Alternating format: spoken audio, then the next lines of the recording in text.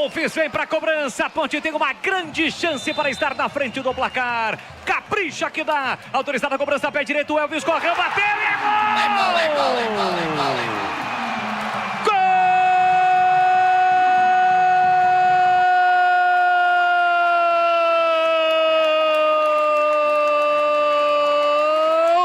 Da Ponte!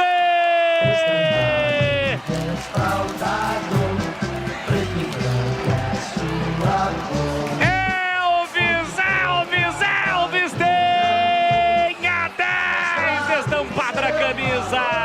Com calma, com tranquilidade, com experiência, pegou a bola, colocou embaixo do braço, no mesmo gol que ele converteu o pênalti que deu o título para a Macaca na Série 2 do ano passado. Com extremo capricho, uma bomba no canto direito, chute forte e rasteiro do goleiro que pulou pro canto, mas que chegou atrasado. Elvis recoloca a Macaca na frente do placar e faz com que a Ponte dê um passo gigantesco para comemorar mais uma vitória no Paulistão. Explode a nação ponte-pretana, faz a festa nas arquibancadas, pula, sai do chão e vibra a macacada. Elvis cobrando o pênalti, olha o povão festejando, olha a galera vibrando, balançou a rede, é gol da Macaca. 46 minutos de bola rolando no segundo tempo, 46 no segundo tempo, solta o grito, grita comigo, nação ponte-pretana, tá registrado.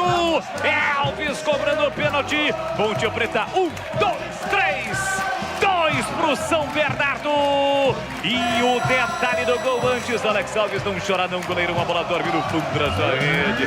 Vem comigo, galera Ponte Pretana, faz a festa nas arquibancadas, é gol da Macaca. E o detalhe do gol, Vladimir Catarino.